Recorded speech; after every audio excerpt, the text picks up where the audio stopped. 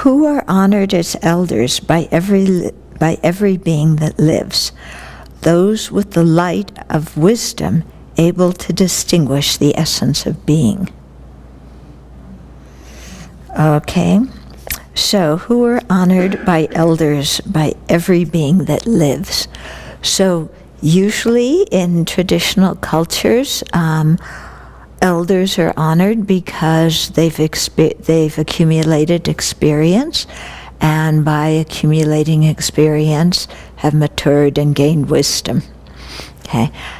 Our culture, unfortunately, doesn't see elders that way. I think we lose out a lot because of that. Okay, so who are the elders that are honored? Yeah, so it says, those with the light of wisdom able to distinguish the essence of being. Okay, so the light of wisdom, we understand, wisdom that can see things as they are. The essence of being, here he translated a term. I'm not sure exactly what the term is, because he didn't write what it was, but it's referring, I think, to the way things are, both conventionally and ultimately. So it's referring to the two truths. Okay, so the being who is revered as an elder is someone with wisdom, the light of wisdom that knows the two truths. Yeah, if you're old but you don't know the two truths, sorry. Yeah. And if you're young and you do know the two truths, that's good. Yeah. But the idea is that we ordinary beings are very deceived. There's things that appear to us to exist conventionally as objective entities out there, and we just take that appearance as true and grasp on to things as existing that way, and then we think the attractive qualities exist in the object, or the unattractive qualities exist in the object, and then we're constantly battling with the exterior world that we either like or we don't like. So if we understand the two truths, we understand that these conventional things that appear to us as truly existent, they appear falsely. Okay, in other words, although they appear to have their own essence in and of themselves as objective entities, they don't actually have such an essence. Yeah, that when we start to look for what that essence could possibly be, we can't come up with anything. Okay, so that non-finding of a ultimate essence when searched for, that is the ultimate, the non-finding of any objective entity when we search for it like that. That is the ultimate nature of things. That is its emptiness of inherent existence. Okay? When we see that things, at the root don't have any objective existence, that they all exist in relation to other factors, such as their causes and conditions, their parts, or the things they're posited in relationship to, like long and short and big and small, that they're dependent on names and conceptual minds that designate those names.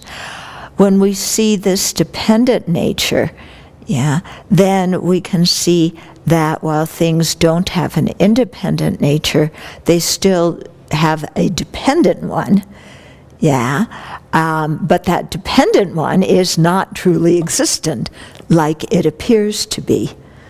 Okay, so somebody who understands the two truths like this takes things as existing on the level of appearances only, takes things as nominally existing, and so therefore they don't take everything so seriously. Things aren't so weighty, they aren't so concrete. So there's much more an attitude of being able to play with them instead of, oh my God, look what's happening, Yeah, so it adds some playfulness, some relaxation, and it also helps us to become clearer about what our priorities are. Okay? And so that clarity in terms of our priorities also helps us live a more meaningful life and not get caught up in stupidagios, thinking that, the things that appear to us as existing so concretely are really so incredibly important and crucial. Yeah, and so that gives us more space to really think about other living beings and working for the benefit of other living beings. Even though these beings don't inherently exist, they still do exist dependently. Their dependent existence means that their suffering and misery is dependent on other factors. These factors can be eliminated, so that gives us an attitude of hope and optimism.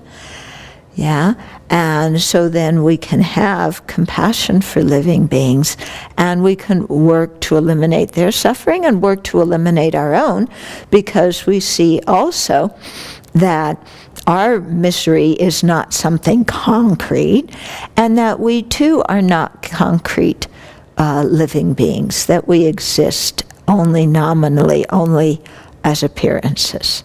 So this is a big shift from the way we're usually looking at ourselves and others, but if we're able, the more we're able to train ourselves in this way, then the more mental flexibility and openness and tolerance we have with what we see around us. And that makes us an elder with wisdom. Not our gray hair. Sorry.